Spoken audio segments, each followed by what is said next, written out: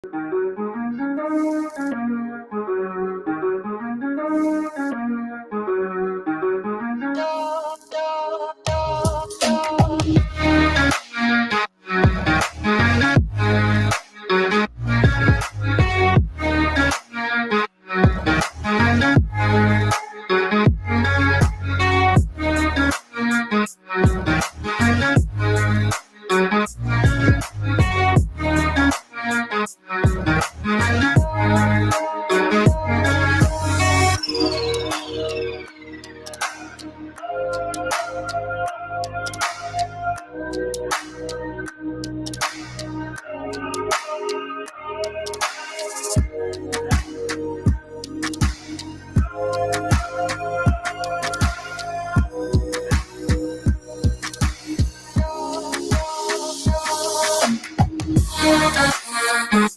everybody, I'm Justin Bohn. I'm Mike Val. And this is the Bohn N Zano Zone, where we are always on the lanes, off the charts, and on the mic.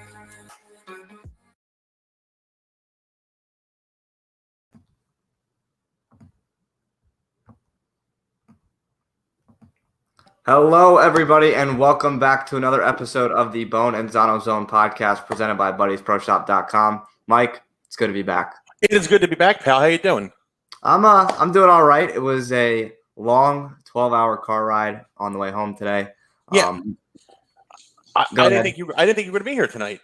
Yeah, it was a little bit of a surprise for Mike. I called him on the way home, and he had no idea I was going to be on tonight. So no, I actually had a co-host filling in for you tonight. You did? I did. Wow. Okay. I did, and he is a fan of the show. See, I was getting replaced. No, never. But you know what? I told him he can sit in with us one time. John Petraglia Jr. Okay. So Johnny, I told him where you were coming from, and no hard feelings. But yeah, man, glad to have you back. It's good to be back on a normal schedule here. Yes, a little bit normal. It's definitely been a little bit crazy as the last 4 or 5 months have been nothing but sitting at home and doing nothing. There's actually stuff to go bowl. Correct. So it's pretty fun. We bowled Teen Masters the first week in August. We just bowled SYC in Indianapolis. Also another vlog weekend. So if you're into that stuff and want to go check it out, my name, Justin Bohn. Be sure to hit that subscribe button. Go check them out. They're getting pretty fun to do, and it's been a pretty good time with all my buddies. It is, and now you're home, and we're going to put a little focus on our show here. And, I guess we're going to this week 3 shows. We're going to call this Story Week, right? Story time. Story time. So we know what we got tonight. So why don't you tell everybody what we got tomorrow night? Oh, that's all you, Mike. That's on me. All right. So tomorrow we're going to go. So tonight we have stories of the road of the PBA back the 70s, the 80s, and whatnot from 2 guys who worked for the PBA. Yep. Tomorrow we're going to have stories from players from the 80s. So we are going to have Mike Albee. We are going to have Charlie Tapp and Joe Hutchison on tomorrow night. Oh boy, that's the other one where I'm just going to sit back and hit this and just let them talk. Thursday, we're going to go to the 90s Thursday. Thursday, we are going to bring on Chris Barnes. We'll bring back Chris Barnes. Again. Robert Smith. Again. Chris Vialli.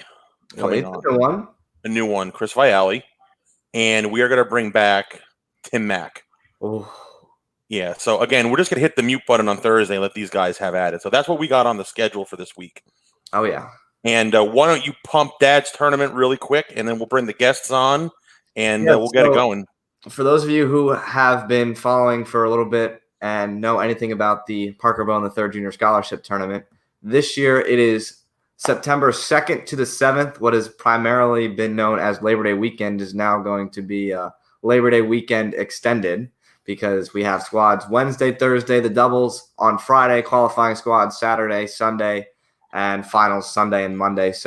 And it is also a qualifier for the PBA Junior National Championship, which will be at a later date and time somewhere down the road. I'm super stoked. I'm super excited. It's going to be an absolute blast. And, Mike, you're going to be there. I will be there. I'll be in the booth commentating for probably 5 days, right? Oh yeah. So it's going to be nonstop bowling for 6 days in a row. And It is. if you are interested, have a kid that wants to bowl, if you want to bowl, only open to 17 and under, but it's okay. If you got anyone that wants to bowl, please tell them to go to parkerbone3.com and click the sign up online button for the entry form. And it's going to be another big one as things have not been able to run. You are making it work. We needed something for kids to bowl, so we're giving something for kids to bowl. And it's just going to be another great weekend at Halloween's. Absolutely. So, Justin, without further ado, do you want to bring on first the player/employee of the PBA, or do you want to bring on just the former lane man? Which one do you want to bring on first? Ooh, bring on the lane man. All right. So the host of Phantom Radio, the member of the PBA Hall of Fame, and this is the first guest ever wearing a mask on our show, by the way. Really? Well, we've never had a guest wearing a mask on our show. You're right. Let's bring him on, Lenny Nicholson, my good friend, Lenny Nicholson. There he is. Lenny, welcome to the show, bud. How are you? Hey, Mike, how you doing? Justin, it's a pleasure meeting you. Oh, yeah, absolutely.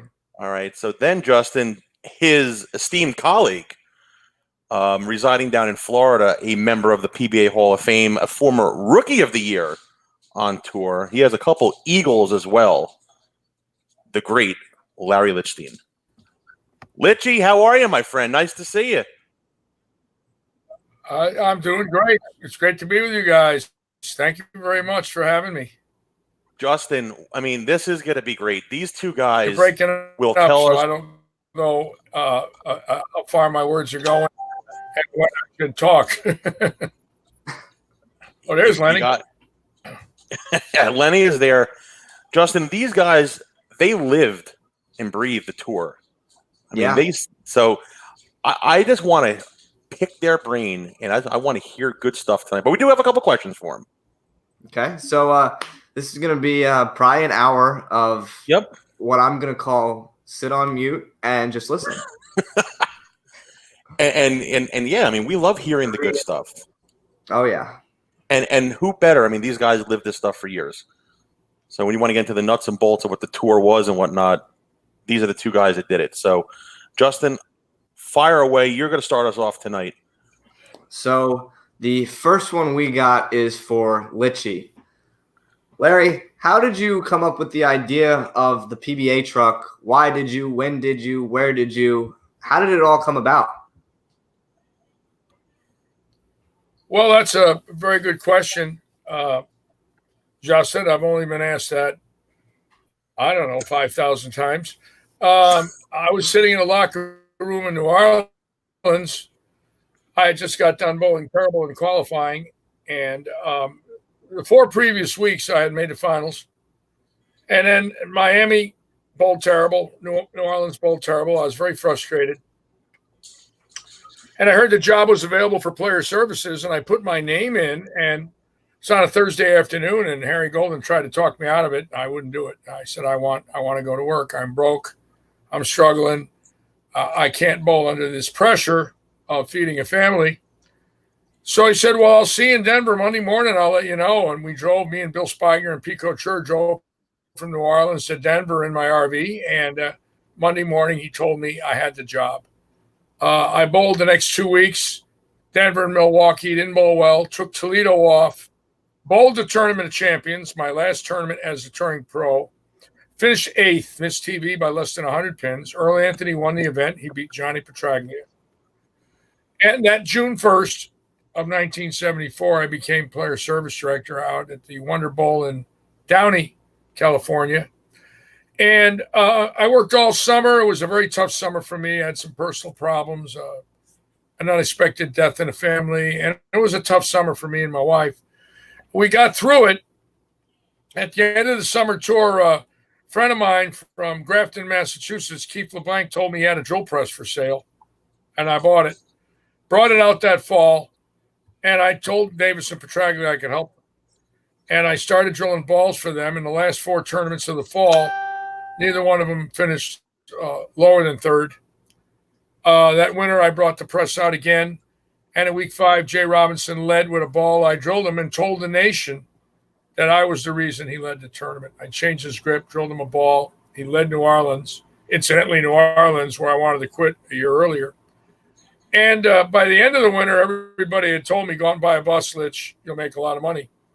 So I went out and bought a Greyhound the end of the winter tour of 75, put a pro shop in the back, lived up front, started drilling balls. And in Pittsburgh, Roger Zeller, the owner of Columbia, gave me 80 balls that were left over from the Pro-Am. They were 5P yellow dots. I sold them for $50 a ball and made $4,000 in Pittsburgh. It was the most money I had made at a PBA event in 3 years, including my bowling.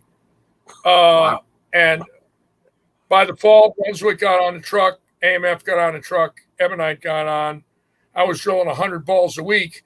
So I started off making $750 a week from the PBA, and within 20 months I was making $3,000 a week. Wow! And I knew I could never quit. I couldn't make that kind of money bowling, and I drilled every tournament till 1980 and was exhausted. I was the only driller, so I hired a crew, 4 employees: Bill Hall, David Bate, Mike Collins, all worked for me. And by 82 or 81, when urethane came out, the business doubled again. I bought an 18-wheeler. Now we were drilling 200 balls a week. In 1992, my business drilled 16,000 balls. In 93, excuse me, when resin came out. I made $40 a ball. I made $640,000 in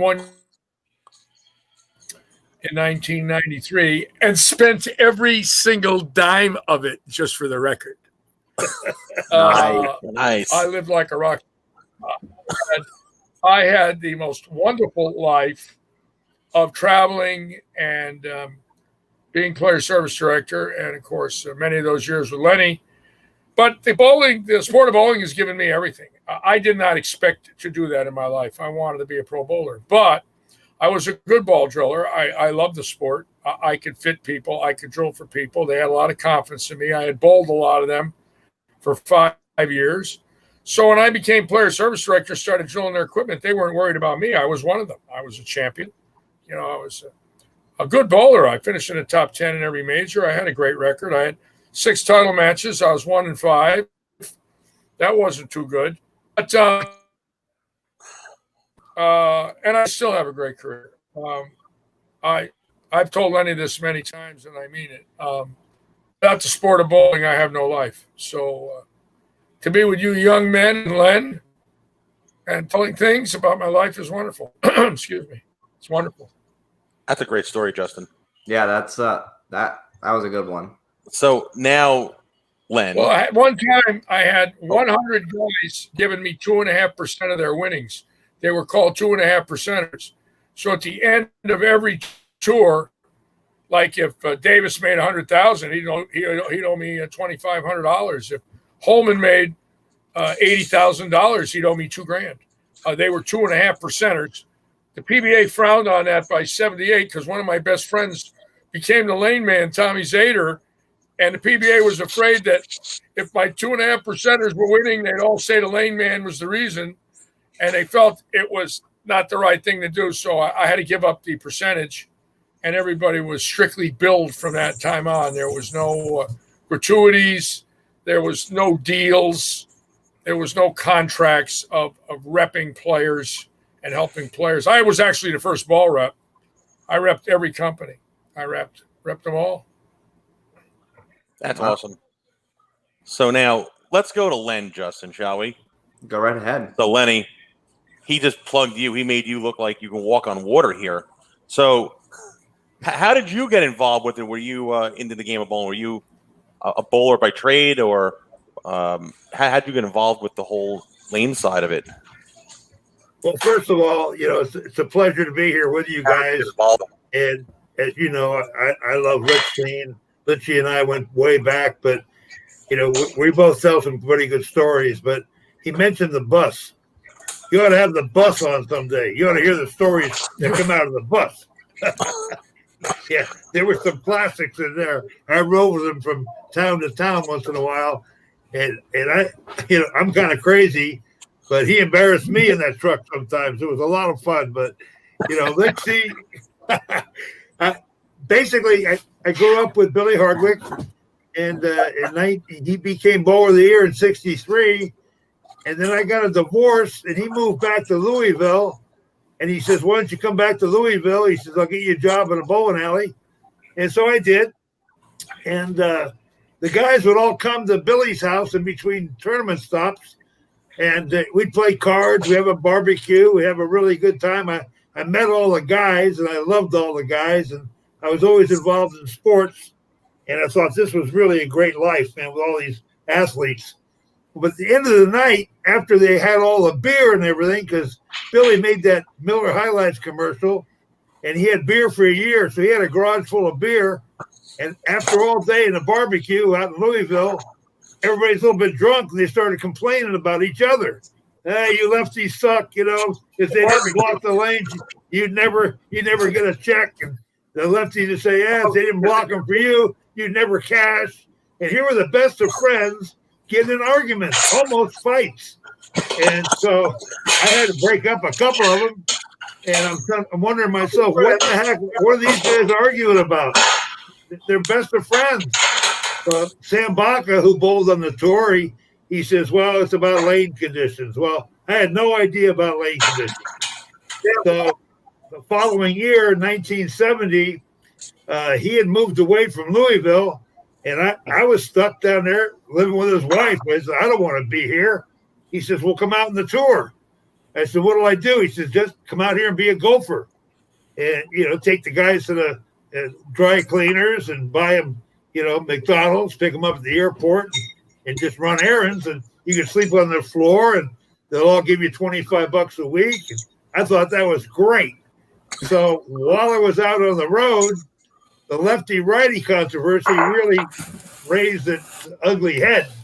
And so Sam says, listen, we're going to start a lane maintenance program pretty soon, and we're going to need somebody. He says, I'll be the advanced man, but you go in there every night while you're doing lobby duty. Lobby duty, if none of you know what it is, I'm not going to tell you on this show, but almost every night, almost Godman and Glover and Gearhart, I had lobby duty every night. So I'd go down the bowling alley and I'd hang around. The guy, whoever did the lanes, he'd say, who are you? And I would say, well, I'm Billy Hardwick's manager. Oh, Billy Hardwick. Oh, yeah. And I was snoop around. I'd say, what are you doing? Well, we're going to run the machine to 20 feet. We're going to do this. We're going to do that. And so I started keeping track what they were doing. I'd be calling Sam and saying, here's what happened.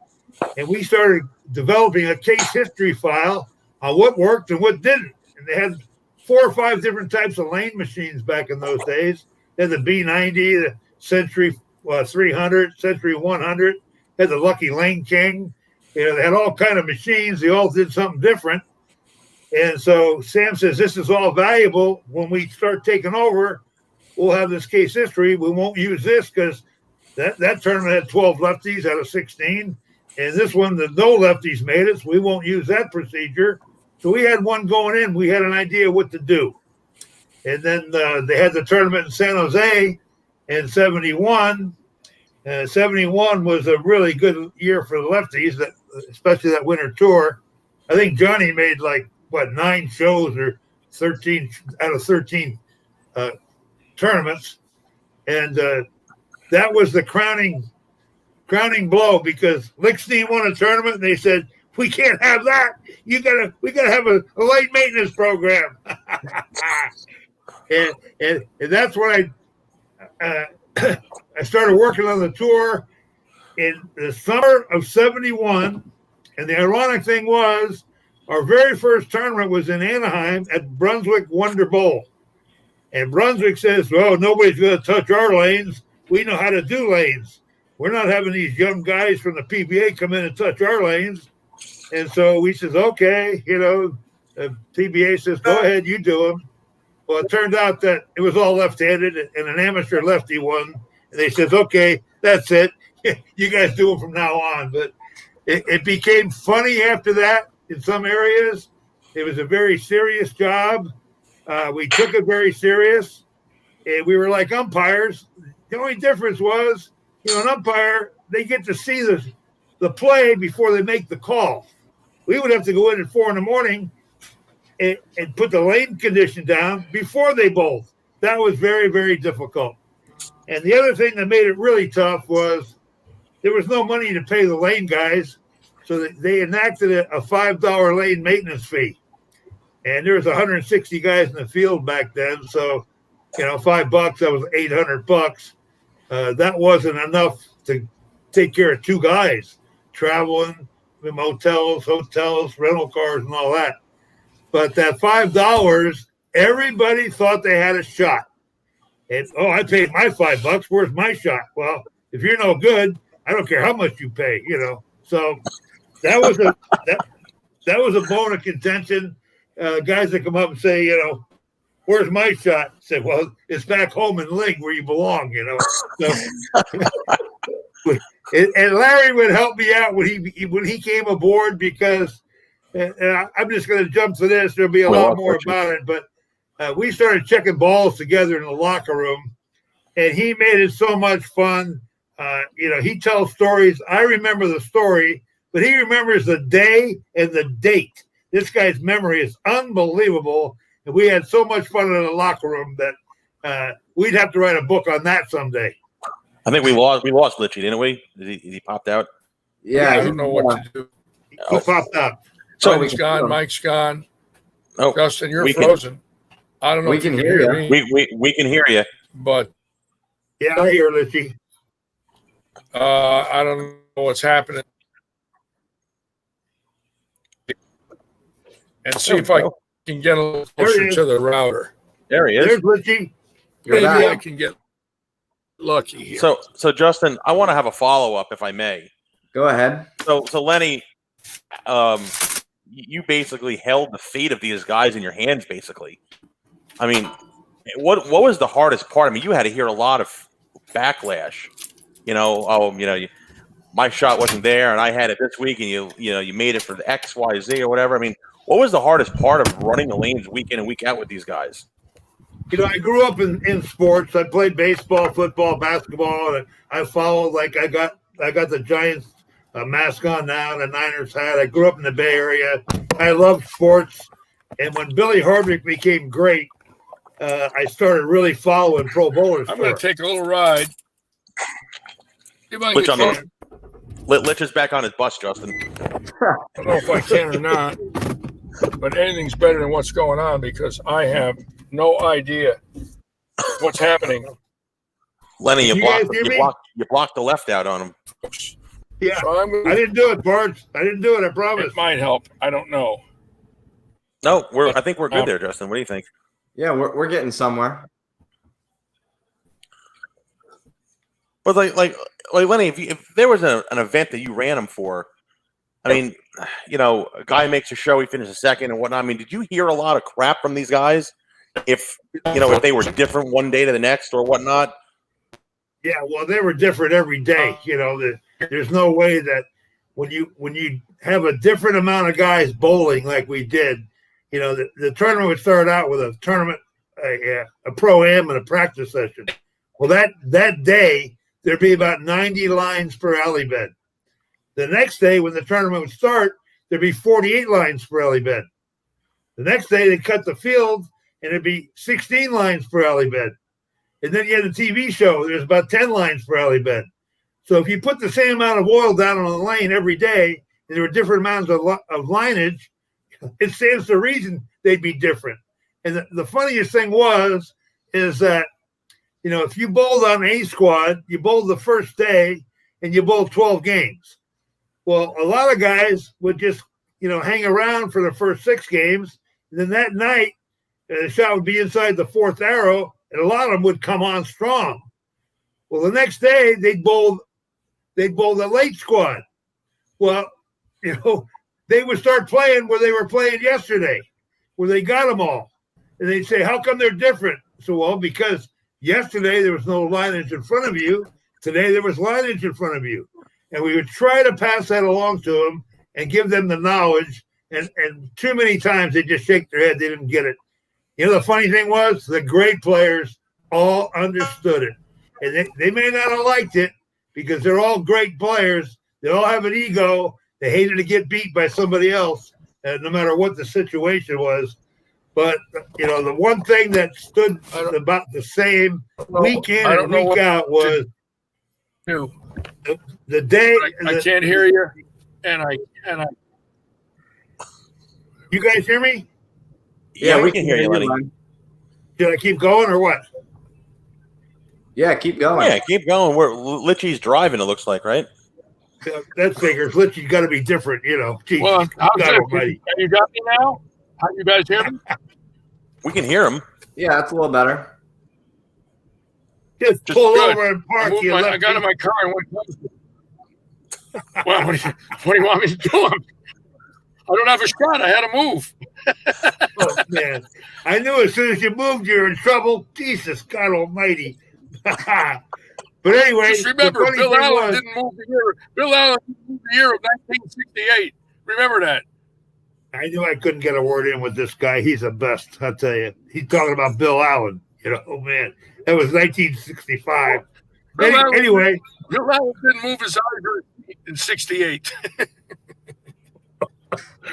So every tournament would start out the same. Everybody was my friend. After the first day, only about half of the guys liked me. Only about half of the guys would talk to me because they didn't have a shot. Well, after the second day, only about a quarter of the guys liked me. So we're down to 25 guys like me. Well, then they made the top 16, top 24. Only about 8 or 10 guys liked me. Well, when the TV show would start, there were only 5 guys that liked me. 155 guys were pissed off. So I'd be in the bar watching the show, and I'd be all by myself, and they'd throw a victory party, and all the guys would come in, and they're toasting and all that. And somebody say, well, buy Lenny a drink. Why should I buy him a drink? I bowled good. So there's 159 guys mad, one winner, and he wouldn't buy me a drink. But the next week it would start all over again. They were my friend the first day. You know, blah, blah, blah. Well, they understood it, that Sam was actually calling the shots, Sam Baca, and I was doing what he told me to do. And we struggled through that for 7 years, and then we both left to go do other things. But eventually I went back, and that's, again, when I reunited with Litchy again. So, Litchy, you there? Can I see you now? Yeah. Yeah, I think I got you guys now. You're both, yeah. I think I got you. It seems like it's better. He's good, cool. Justin. Pretty good. So there's a follow-up. Litchy, how about when you when you drilled all this stuff for all these guys and whatnot? I mean, Lenny heard a lot of feedback and crap from the guys if they weren't there. I mean, did you ever hear feedback from guys? You know, you were off by a 16th or a 32nd or whatnot. You ever hear like the backlash or something? You know, if a ball wasn't right or whatnot. Well, of course, there was some people. Dave Houston used to say to me, if you miss long. So if I missed a spin, I missed long. He was always happy. But there were some people that were very sensitive. Mike Durbin did not give me a 64th, and he used to carry a tape measure with him. And if I missed by a 64th or more, he told me I messed the ball up. Stefanich was 128th. Stefanich told me after I missed by a 64th that he'd never let me drill him a ball again. So that was the end of Steffi. But most players were very, very easy to drill for. Marshall Holman was somewhat temperamental. Marshall would complain if the ball I recommended didn't work. He blamed me. And if the ball I recommended worked, he said it was because he was a great bowler. So I never got the credit. But Marshall, but I was used to that. In other words, that was not an insult to me. I knew there was different personalities that all handled their drilling differently. Johnny Petraglia was as complimentary to me as anyone that ever lived. So was Ernie. So was Gary Dickinson. So was Dick Ritker and Wayne Zahn. And so was Dick Weber. Dick Weber supported me tremendously with my drilling, and so did Pete, and so did Mark Roth. So, you get people, some are a little more sensitive than others with their feel. Norm Duke was very sensitive with his feel. I'll never forget in the Tournament of Champions in 94, he had a 42-degree oval where you had to notch it out the back with a 5/8-inch bit, a 32nd of an inch. And I missed by a half a degree, and he went crazy in the locker room, so I jumped over the weighing table and grabbed him by his throat. And he ended up winning the Tournament of Champions with that ball, actually. He won with that ball he complained about. So, and we would laugh about it. We would laugh about it weeks later because, in the heat of battle, they were under the gun.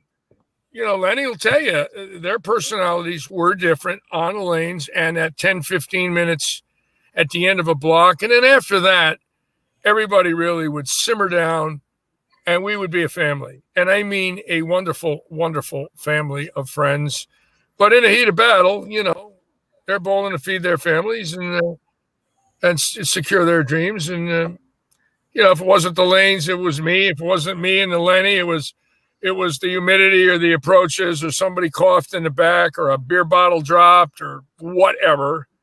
And we had to deal with it as a staff, and we did. Harry Golden kept them in line, and then, of course, Mike Durbin did and Johnny Campos that did great jobs for the PBA in their tenures. And Lenny had great men precede him after Lenny. Steve Cross was a great driller. He caught a lot of flack. So did Tabucci. I used to carry a box. They called Tabucci's coffin. The bowlers wanted us to put him in the box and bury it at the same time. It was the lane man's box.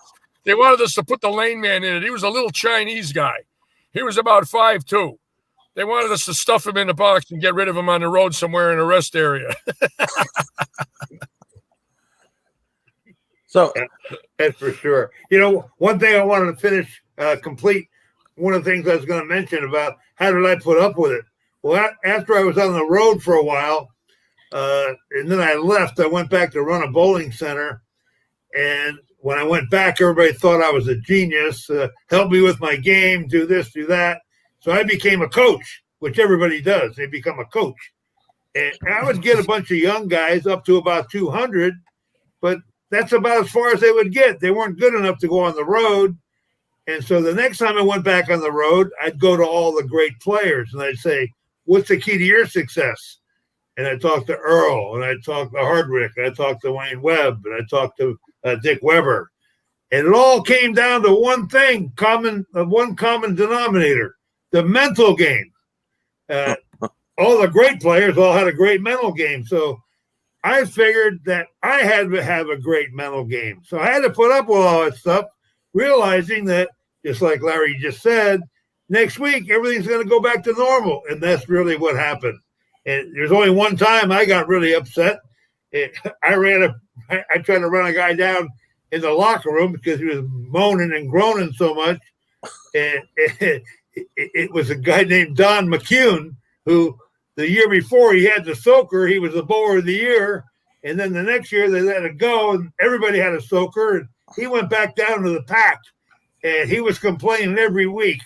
And I told him to shut up, and I jumped over the table too. Fortunately, he was faster than me. I couldn't catch him, but there were a lot of stories like that. Hey, Justin, why don't you ask them the famous story of the guy in Texas that we've told a couple times? Maybe they know who said bowler is.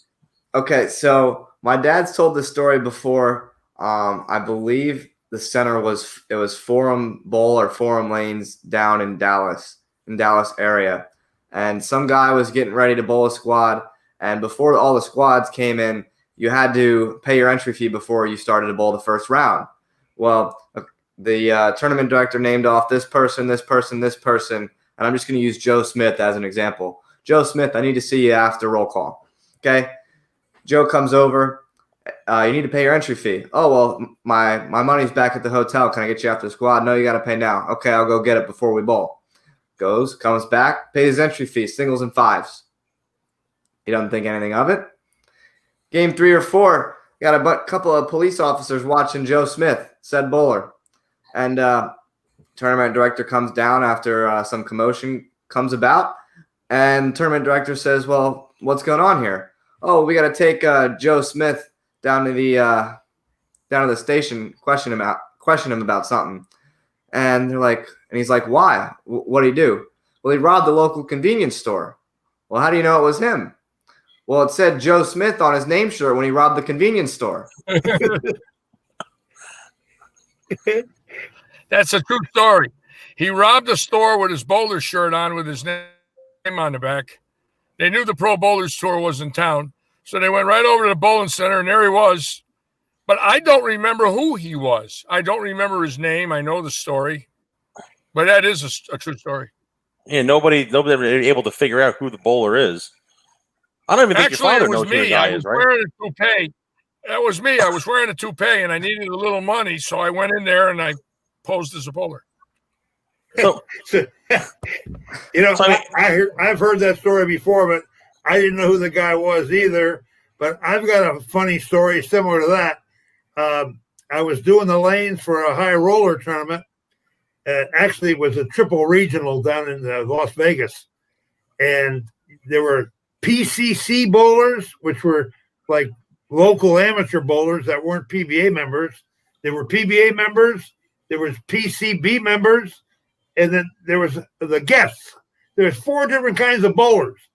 And the PBA bowlers had to go by the PBA rules. But the other guys, only the guests had to bowl like a PBA member. The other guys had their own rules. Plugs, no plugs, mill hole, no mill hole, whatever. So you had to know who you were dealing with. Anyway, I'm going to get the number before the last game. And there's one guy, he was in the number. He's a good player. He's 18 years old, just a kid. And he's firing away. And I'm standing behind him with the board to show him what's going on. And he leaves a ring in 10, and he leaves his finger up in the air. Well, that's a $100 fine. So he comes back, and I says, "I got to see you after the squad." "Why?" I says, "Because you've been turned in." "For what?" I says, "For, unprofessional." He goes, "I'm not a PBA member," and he's all snappy and walks away. So long story short, he doesn't show up for roll call, but he's out there to bowl in the finals, semifinals. So I go down and I tell him, "You got to pay $100 fine." "No, I don't." "Yes, you do." So I'm in an argument with him. In the meantime, the alternate's standing there. He wants to go in because you're not allowed to bowl if you owe money. And this guy was a guest, but he had to go by PBA rules. But he's already bowled 2 frames, and now the ultimate don't want to go in because he realized he'll end up last. He's got to go through all this bowling, and it's not going to be worth it. He'll make more money being the alternate. So the next day in the finals, he comes in. I says, "That's it. I got an alternate to go in for you." I says, "You owe $100. He goes, "I don't want to pay." I says, "You got to pay." He goes, "All right." So he goes out to the casino, and he comes back. And he goes, "Here." He hands me a bucket of quarters, $100 worth of quarters.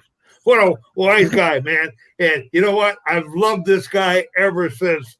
And it was Brian Himmler. Justin, that's a good one. That's a good one. I like that one. That is a good one. You guys know Brian? Yeah. We know Brian from Cincinnati. I know the name. You got to bust him about it when you see him next time because I tease him all the time. I had to put this mask on. I had to put the mask on because I want to tell you a story. Okay. Are you ready? Let it fly, Mr. Lich. Okay. You asked me about the bus. Now, the bus was the first rolling pro shop in the history of bowling. Okay. And there was never anybody that attempted to do it. And when I bought the bus, it had 750,000 miles on it. I bought it for $7,500 in North Haven, Connecticut. 750,000 miles were on it when I bought it. Wow. So naturally, it broke down a lot. It broke down quite a bit. But I kept it running, and it was fun. And each week, different pros would take a ride with me. Well, on my trips back then, it was a ritual to have at least 10 hand-rolled cigarettes with me on every trip. especially the trips with Ernie. Now, the hand-rolled cigarettes were made of Northern California tobacco, usually Humboldt County. Oh. And what happened was we would drive along the highways. The bus would be rocking. The music would be loud. And on this one trip, we're leaving Mel's Alameda Bowl, and we got to be in Vegas. Now, we're leaving Mel's Alameda Bowl Friday night. I got to unload in Vegas Saturday morning because the tournament starts Sunday in Vegas. It's called the National Format. Sunday was practice session and Pro-Am Day. So it's me, Wayne Zahn, and Paul Moser on this trip. And Moser had just won the U.S. Open in 76, and Zahn, was great. Won the tournament champions, won the PBA National Championship. He was Bowler of the Year in 66. He was sort of getting towards the end of his career. We were very close. He's, can I bum a ride to Vegas? Yeah, let's go. So we get in the bus. We get out on I-5. We get down by Tracy where 580 hits I-5. And now we're in the San Joaquin Valley, and it's time to light up a few of those hand-rolled cigarettes. And we're just cruising along, having a good old time. And now we get down to Button Willow, which is Highway 58. And we got to go through Bakersfield on Highway 58. We got to climb Tehachapi, get to the top of Tehachapi, which is 4,700 feet above sea level, and then come back down into Mojave, then over to Barstow, and then over to Las Vegas. So that's the route. Well, we're climbing Tehachapi. It's about 4 a.m, and the bus stalls out about a mile from the top, and it's 0 out. This is January at 4,700 feet up. It's cold. I'm out there fooling with this engine. I'm getting black with grease, and it's not working. And finally, I'm spraying ether, and Paul Moser's trying to start it, and we get it running, and I get it to the top of the mountain. Now we're going downhill into Mojave. I'm on a CB. Nobody can help me there. They tell me they can help me in Barstow. So I get about 2 miles from where I want to go in Barstow, but I go by the street. It's called Lenwood, and I go by it. I see an open field, and I make the U-turn in an open field, and I didn't realize it had been raining there for 2 weeks. So I thought the field was hard. It was soft. So as I turn in, the bus starts sinking, and it goes up to the middle of the wheel hubs at an angle, and it dead stops, and it won't move. And I mean, I'm in a swamp. Now, I had a holding tank in there. This was a homemade bus, and the holding tank held 40 gallons of urine and shit. Now, the holding tank is in the luggage compartment, and that's where I put all the players' bags. And there's about 50 bags in the luggage compartment, and the holding tank ruptures while the bus is tilted, and the piss and crap is leaking all over everybody's bags that gave them to me Friday night. Sutar, Davis, Petraglia, everybody that didn't make TV, their bags are getting soaked with urine and bowel movement. Okay? Now, the smell is so bad in the bus that Moser and Zahn, while we're waiting for the tow truck, have their heads out the window on a pillow because they can't breathe inside the bus. They're dying. It smells like a sewage plant. Well, finally the tow truck comes, and he tows us over to a yard, and he's going to get on the bus. And I open the luggage compartments, and the bags are saturated in this one luggage compartment. And I look, it's Zahn's bag, it's Rinker's bag, it's Sutar's bag, it's Davis's bag, it's Petraglia's bag. It's everybody's bag that didn't make TV, and they are caked with it. It's all over it. So I hang the bags on a fence, and I get a hose, and while the guy's trying to fix the bus, I'm spraying the bags, and I'm washing them off with water, and I'm spraying the bags with Lysol. And finally, I get them cleaned up. I put them back in the luggage compartment. We get to the showboat. There's 10 kids waiting for me to unload, and now they're bringing the bags into the locker room. And by the time they get all the bags into the locker room, which is upstairs behind lanes 1 and 2, now the locker room smells like a men's room that hasn't been flushed. Now all the bowlers are coming in with their balls, and they're saying to me, Litchie, what's that smell? I says, I got no idea. I don't know what's going on. Finally, somebody calls the supervisors of the showboat, and they come in, and they want to know what the smell is in the locker room. And I tell them, I got no idea what it is. I don't work here. I just drove here. Well, this room's never smelled like that before. I said, well, I don't know what's going on. Meanwhile, They come in with fans. They're trying to get the smell out of the room. And by Sunday morning, everybody on tour knows that Litchy's holding tank erupted. And now the bowlers come in that own the bags to practice. And Sutar comes in and he opens his bag up and his shoes are still wet. He's got lid shoes and they're wet and they smell. And Roth comes in and Holmans comes in and Davis and Petraglia, and they're holding their noses as they're trying to open their bags. And they want to know what's going on. I don't know what's going on. Well, meanwhile, Zahn and Moser told everybody. So now I have to admit to the locker room the whole story. So the name of the trip was called the Stenchstein Special. Out of Oakland, on its way to Dallas. And to this day, Sutar tells me what I did to his shoes. But now, can you imagine you're a player service director, you're Mr. Big Shot, you're writing for the Bowlers Journal, you're the ball driller of the pros, and you saturate 50 bags with urine and shit. That's how I got into the PBA Hall of Fame in the meritorious service category, just for the record. That's called meritorious service, just so you know. I love it. Now you know. That's great. Can we hear? I don't even know how to follow that up, Justin. I really don't. You can't. I can't. Well, how about? We asked this of a lot of our guests. We asked about the greatest flip outs or fry outs that they've seen on tour, right, Justin?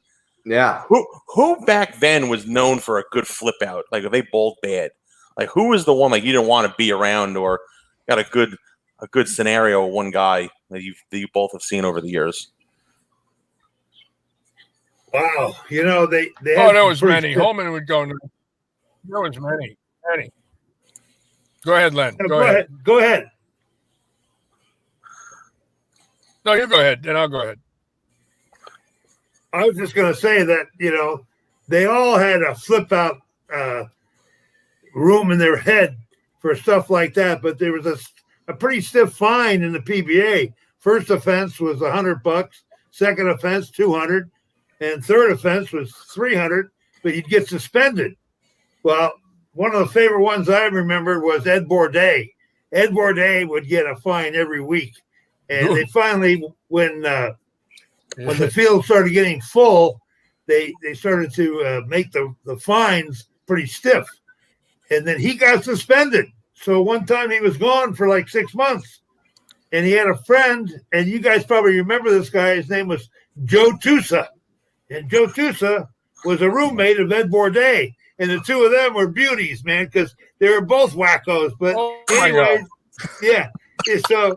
So Bourdet, he gets suspended. So all he has is bowling in his life, and he wants to come back. Well, Ed was kind of a scumbag. His glasses were always broken. He had a Band-Aid in the middle, and he wore the same shirts every day. You knew it was Ed walking by because it was the same shirt from last week. He was nasty.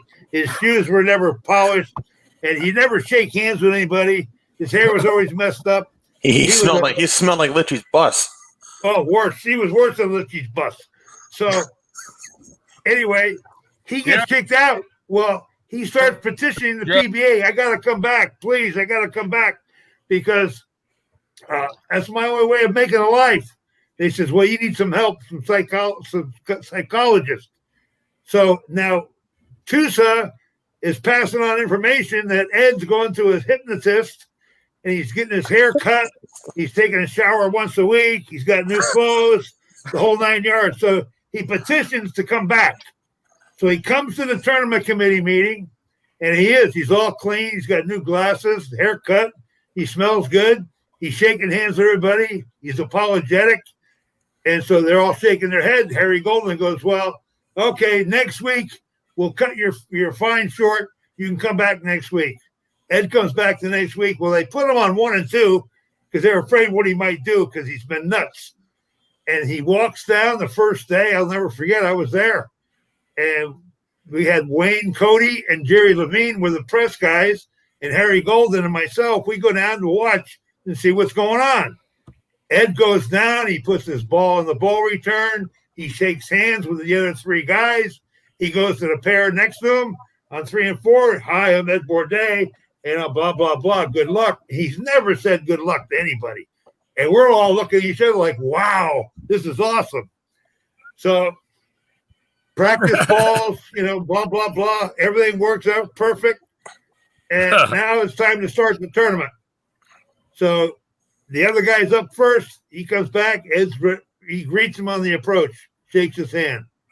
Ed gets up, throws the first shot, leaves a ring and 10, grabs his crotch, and starts dry humping the lane, then back and forth for about 10 seconds. And Harry Golden runs into the office. He don't want to watch this. And we're sitting there laughing our ass off watching Bourdain. He would have been gone forever if Harry would have I'll tell you a Bourdain story. Huh? Bourdain is Bourdain. Crossing somewhere in the summer, and I'm player service director, and we knew he was a nut. And he goes, strike, ring and 10. And he goes, strike, ring and 10, and you hear him swear. And he goes, strike, ring and 10. So he's got a ring and 10 in the second, the fourth, the sixth. He strikes the seventh, ring and 10 in the eighth. He strikes the ninth. He gets up in the 10th, and he shoots the 10-pin first, picks it off out of a clean rack. Then he makes his pair and strikes for a Dutch 200. Yeah, he was a beauty. Bourdain was great. He was a great bowler, but he was a nutcase. It was a nut. He did not like the balls. He complained to me when I drilled his equipment. He said I favored everybody else with him, so I deal with that. Larry, did you ever drill for said partner's dad up there?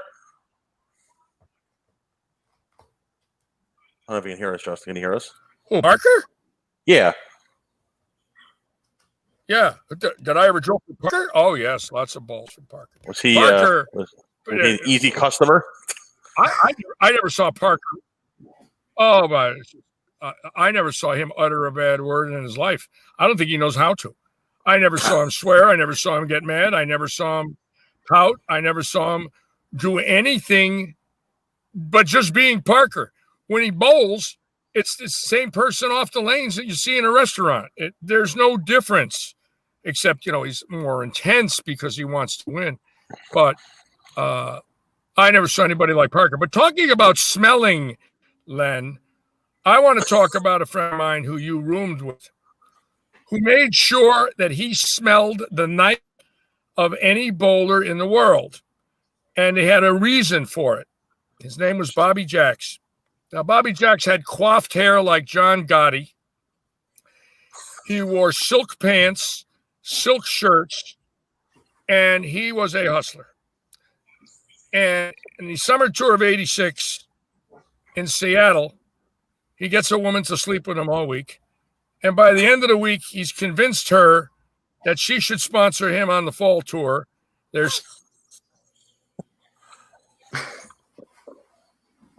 Do we lose him again?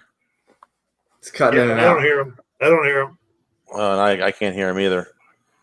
Mike, I got one if he doesn't come back. Fire away, partner. I'd like to share. Go ahead. So this is a dad story, but he's told it enough times that I can say it now. So you all know the saying that when you miss your target right or left, if you're right-handed, you miss it right, and you're left-handed, you miss it left, you throw it out the window or out the door. We all know the saying.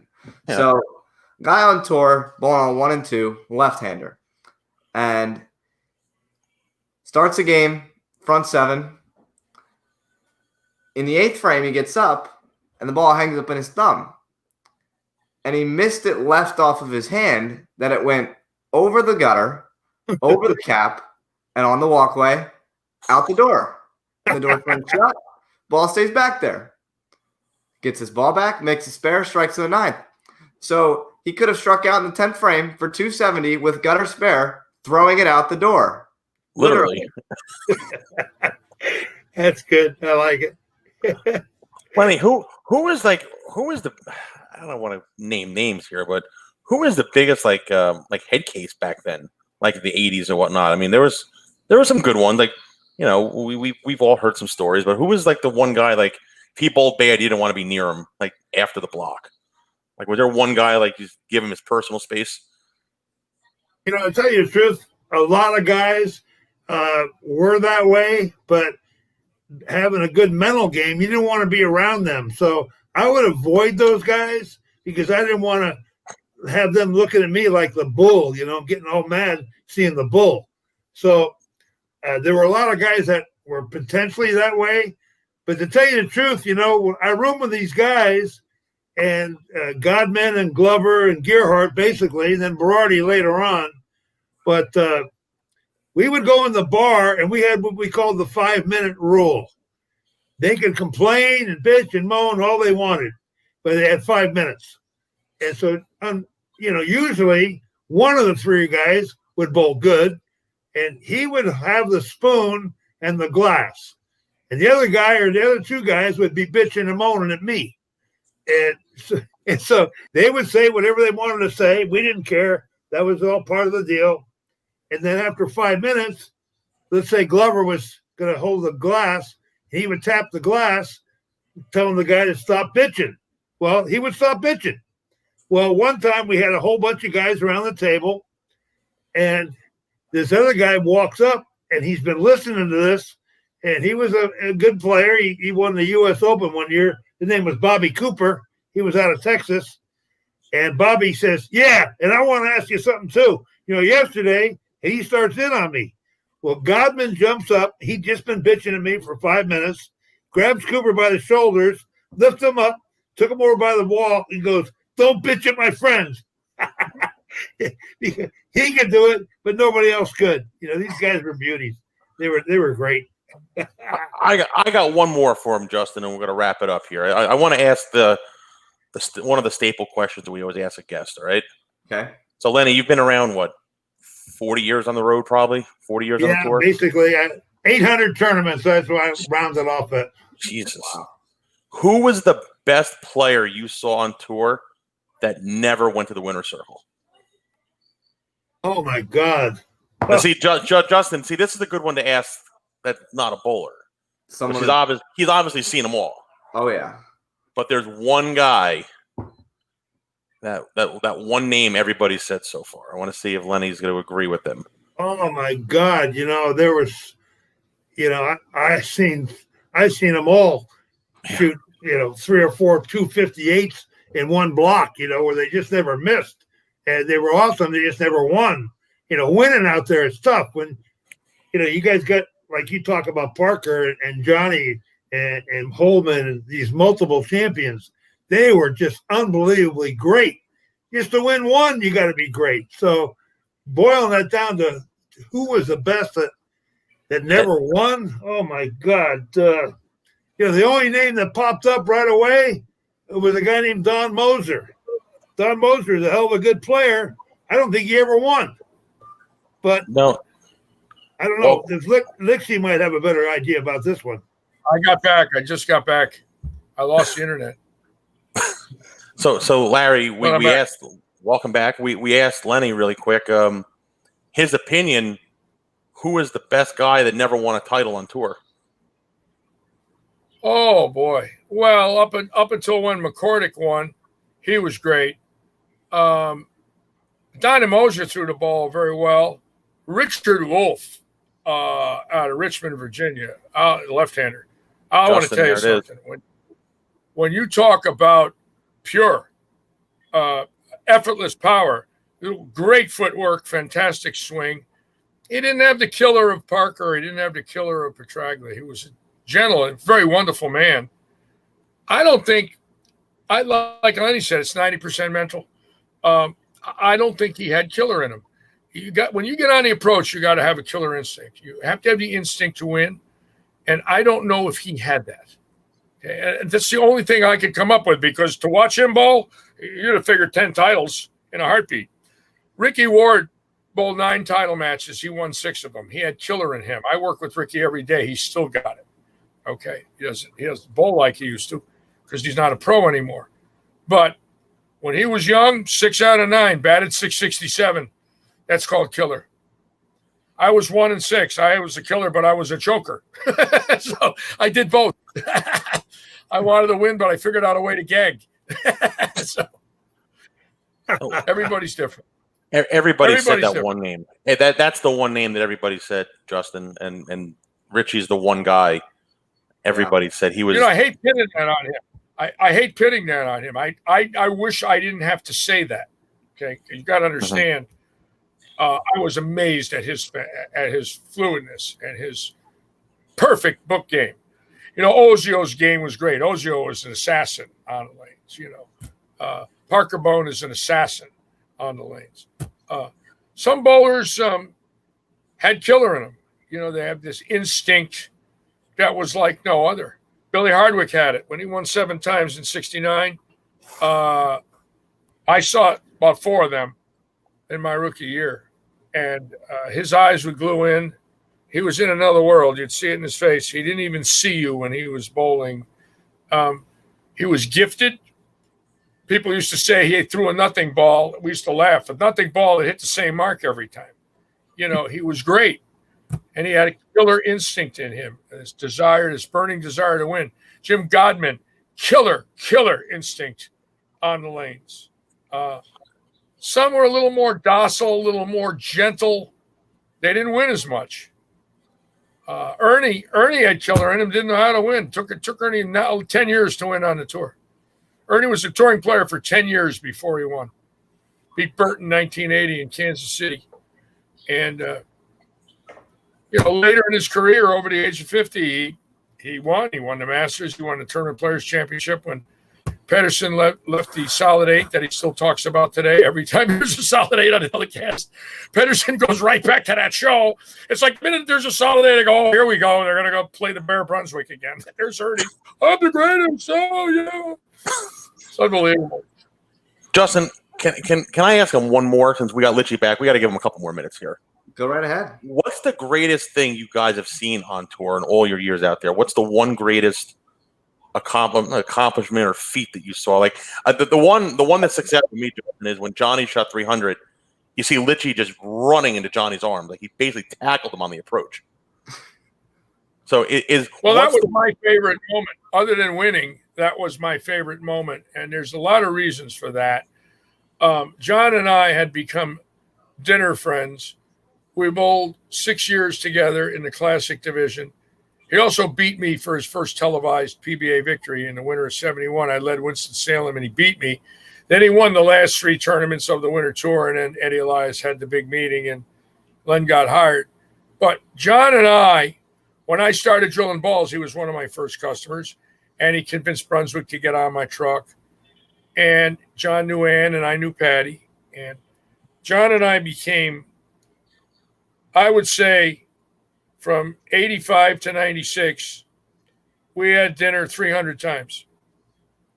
So I knew everything about John's life.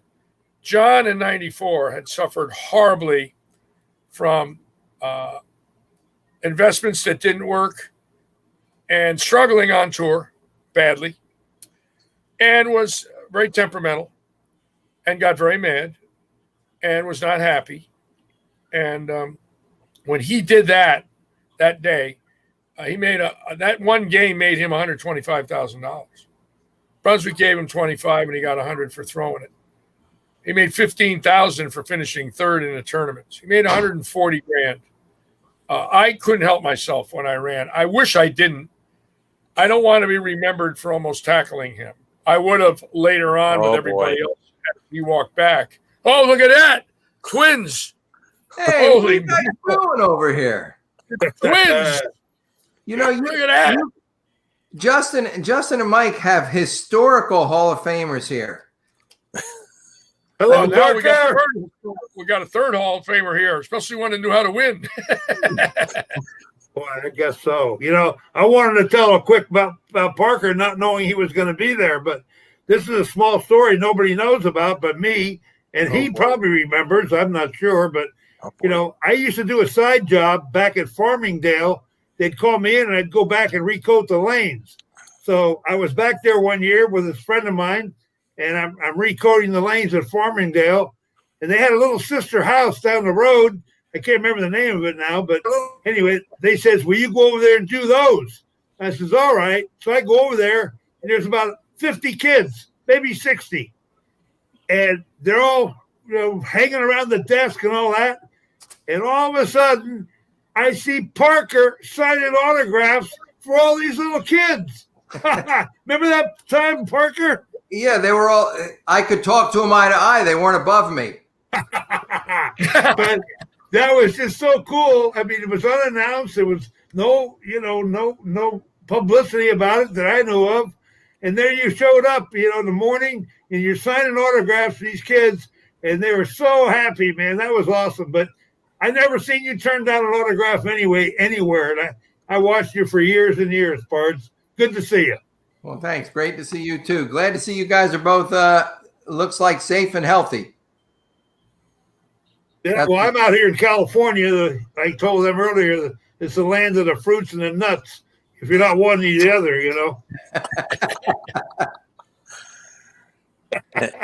And we're glad to see Litchie got his internet back. He's safe down there. Yeah, finally.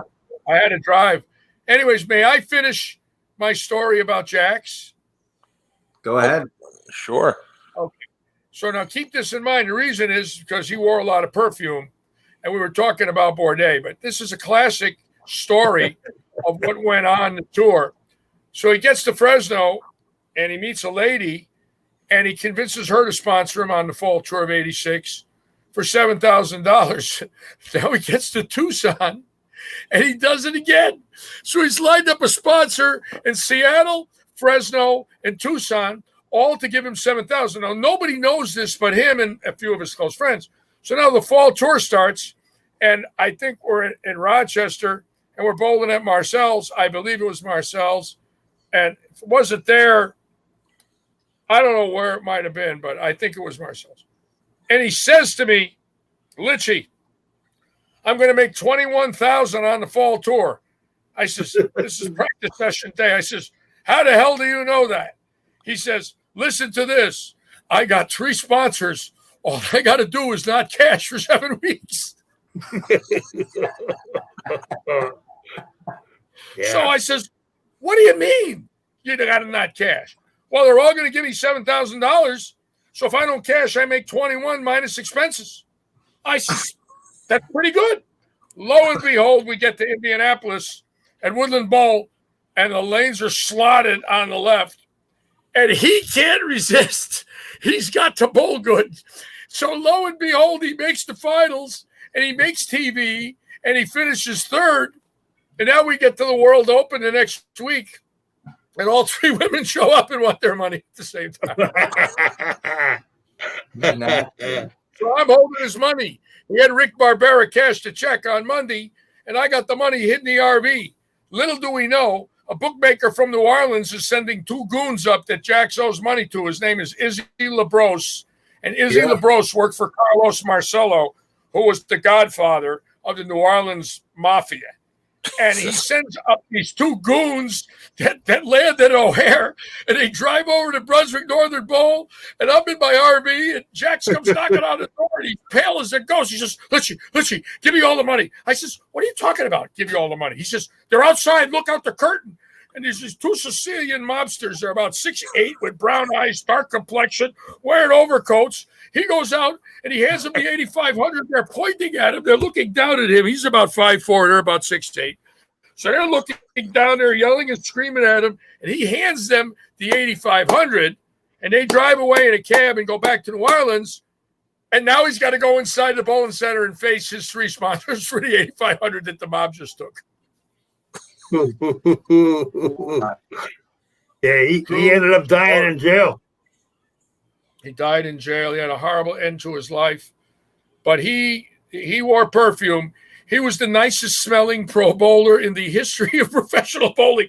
He had 9 different perfumes that he sprayed himself with because he liked to attract women. And the reason it came to mind is when you talked about Ed Bourdain, when no one would go near him for a week because he wore the same bowling shirt every day. And of course, Jax smelled a perfume factory. Right, Len? Yeah, one thing about Jax real quick, he roomed with us one week, me and Godman and Gearhart and Glover, and he didn't have any money. He didn't have any money. He says, "Can I room with you guys?" We says, "Yeah, you can sleep on the floor." So he slept on the floor, but he had about $10,000 worth of clothes hanging in the closet. And I'll never forget, he had a shoehorn that was like 4 feet tall, where he didn't have to bend over, and just put the back of his heel in the shoe. And this thing had like rhinestones on it. He was first class, except he had no money. Hey, Justin. I want to tell you a great story about him. He won 3 times. He won 3 times in 1966 at the age of 20. Then he got suspended for 7 years for bouncing checks to the PBA. They suspended him 7 years, and then he came back in 74 to 88, and then he got into some problems and he died young. He was 45, but he was a dear friend of mine. I miss him. He was from New Orleans. He was a character. We had characters on that tour. They don't have the people today on that tour can't touch the characters that we had in the 60s, 70s, and 80s. They can't. They're too pure. They went to college, These guys, Justin and Parker. Like Parker. Everybody on tour is like Parker. Yeah. These guys can check up on this little story, a quick one, that Bobby Jacks had a lot to do with Johnny Petraglia's success, because Bobby Jacks was horrible. And he went to Sam Baca and he says, "Sam, can you help me with my game?" So Sam worked with him for a couple of weeks, and he won back-to-back in Waukegan. And then Johnny went to him and says, "You help that bum, can you help me?" And I guess he went down there with Johnny, and he says, "Go ahead and do this." And Johnny threw like 19 in a row in the gutter. And he says, "I can't do that." He goes, "Well, when you think you can, come back and see me." And about 2 weeks later, he knocked on Sam's door. "I can do it. I can do it." And from then on, he was awesome. Yeah, it's a Johnny Petraglia story. Hey, Justin, before we got on today, Larry called me just to go over a couple things. And he had a story about somebody with a toupee he said he was going to share with us tonight. Well, I know it's not mine, so I'm going to let you guys keep talking, but I just wanted to drop by and say hello. Where you going? All right, Parker. I got to go get ready and have some dinner here, actually, because he can't get any thinner. Okay. See you, Parker. See you guys. Take care. We'll wrap it up after this toupee story, Justin. What do you think? That's totally fine. All right, Mr. Lich. So you said let me tell you what happened. Go ahead, Mike. No, I said so. We're waiting to hear. We always talk about guys and how they look. So let's hear about this hair piece here. Well, Harry Golden was bald most of his career. Starting in 74, and of course we busted his balls all the time about his hair. It was an afro. It was an afro toupee. And it was obvious it was a rug, but that's what he had to do. Anyways, Harry had scorekeepers every week. They were called Goose's Girls. And many of these girls every year would come back to scores. And across the country, they loved him. He would take them out to dinner. The host would try to get the same scorekeepers every year. And we're bowling at Gable House in L.A., and Jack Cogan had an upstairs locker room there. That was a movie theater turned into a bowling center. It was very high ceilings. So I had an upstairs locker room, very rare.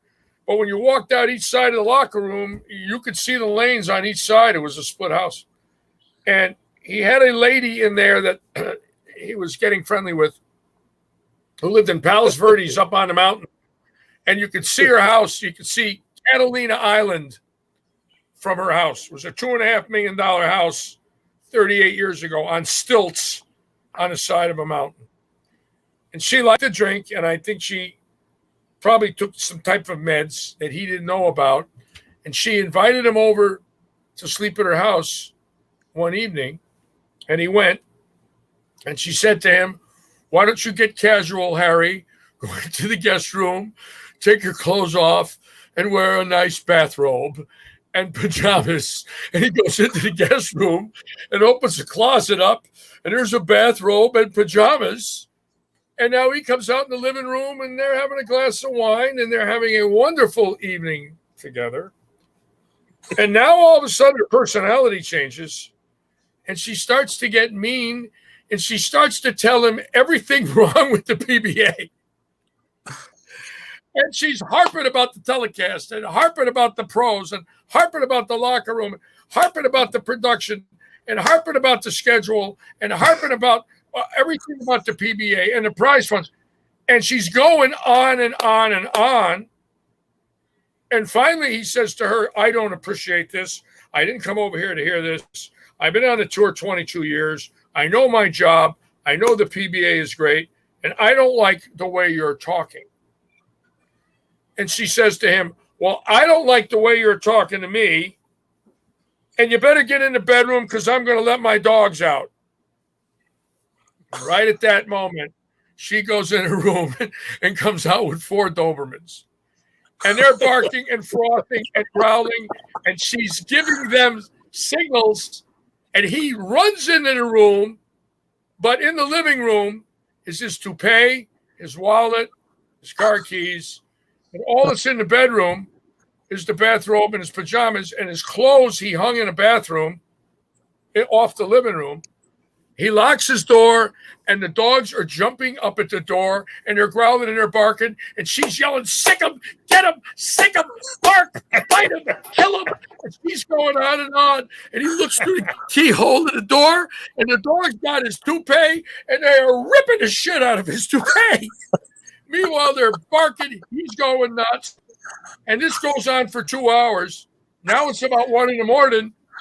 and the place gets quiet. He doesn't know what to do. Meanwhile, she took his keys, she took his wallet, and she took his clothes and locked them in her bedroom with the dogs. Now he's in a room and all he's got some bathrobe and pajamas. So the only thing he can do is wait for her to sleep. And he does. And he gets out the front door and he's walking down the hill at 4:30 in the morning with a bathrobe and pajamas on from this lady's house. He can't get in his rent-a-car. He can't get his license and he can't get his keys to the hotel. And she's got him all in his room. And he's looking for a phone booth at 4:30 in the morning, and he walks about 3 miles, and now it's about 6:30, 6 o'clock. And he calls up Steve Crosser, one of the lane men, who come to get him. But now he can't get in his room, and the hotel is now closed in the main office. So he knocks on one of the bowlers' doors to get closed to come into roll call. And he comes in the next morning with an outfit we've never seen him wear. And it's like checkered pants and a checkered shirt and no toupee. And he's unshaven. And we're all making fun of him because he looks like hell. And then he tells us what happened. Well, Jack Hogan, the owner, goes over there with a couple of assistants to get his rent-a-car and get his keys and get his wallet. And there's the toupee shredded. And she's like hung over. There's something wrong with her. And Harry Golden never had this happen to him in his life. He was a very, very prompt, professional man. But if you saw him that morning with no toupee, unshaven in that outfit, and then he told the story to the locker room about him having to walk with his bathrobe and pajamas, and he had to walk down a hill, and it was a $2.5 million house, and the Dobermans were sick on him to kill him. And we love Goose, but that was one of the Goose stories of the Dobermans eating the goose's hair at a midnight rendezvous in Palos Verdes, California in 81 or 2. Thank you. Justin, I'm at a loss of words again. Yeah. Me too. Guys, this has been a blast. We don't want to keep you anymore. Thank you guys very much for joining us, and hopefully we can bring them back at a later time and have story time take 2 at a later time. If you guys are game for it, we'll bring it back in a couple weeks or whatever and let it fly again. I got a million more stories too, so anytime I'm ready. Jesus. All right, guys.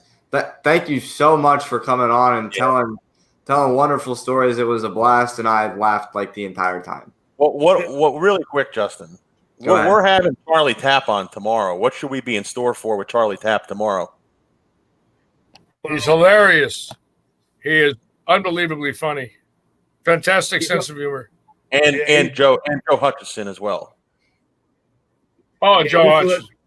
Let you know about I don't Charlie. know how Albie could be in there. Albie's so sedate. You know, he's going to go in there with Hutch and Tap. That was weird. Mike actually suggested this, and that's how it all kind of surfaced. And Mike doesn't seem like he has that personality, right? Well, he doesn't fit in with those Mike guys. is as pure as rock on spring water. So what should we expect with those two tomorrow? Thickness. Anything. So Justin, tomorrow we're just gonna hit mute and let the three of them have at it. Oh yeah, guys. Again, go ahead, Lenny. I was just gonna say, you guys probably know that to tell you how sick he is, Charlie Tapp. You know his name on Facebook, right? Peter Griffin. Yeah. Yeah. So I used to put some stories on the Facebook all the time, and then I had about 20 stories. And somebody said, "Who's the best?" I said, "Charlie Tapp. He's in the Phantom Hall of Fame sicko." So he's number one sicko in my life. So this is going to be good tomorrow, Justin. So tomorrow, Charlie Tapp, Joe Hutchison, and Mike Albee will be with us tomorrow. Yeah. So, guys, thank you very much for joining. We will definitely bring them back at a later time. Stay safe, you two. It was awesome. Okay, Mike. Thank you. Thanks, Justin. Thanks, Len, for coming on. Larry, thank you so much for coming on as well. Yes. Thank you, Justin. Thank you, Mike. Mike, you got it, it's an honor to lose to you in Lenny's trivia. Oh. I'm glad you beat me in Lenny's trivia, man. That was cool. That was very cool. I know you have passion and love the sport, and I'm glad Len got us to meet each other. So thank you so much. I have a new friend, Larry. It's great to meet you finally. Stay safe, and we'll stay in touch for sure. You guys stay safe, everybody. I love you, Lenny. Love you too, Latina. I even love these two guys, man. Even though they look like Laurel and Hardy on the show here. it's like Beauty and the Beast. We got the Beauty up there and the Beast down here. So, all right, guys. Thank you guys very much. Thanks, Justin looks like Parker, and Baldo. I mean, Baldo looks like Baldo. I can't win, Justin. No, you never do. I'm never gonna win. All right, guys. See you guys later. Thanks again. Take care, gentlemen. Thanks. Bye-bye. Thank you. Justin, that was pretty good. That was a lot of fun. They told some wonderful stories. It was an honor. You know what we have to do now? Go ahead. Whether we have him on or whenever we see him, we see him frequently, we have to ask Johnny about the bus. Yeah, we do.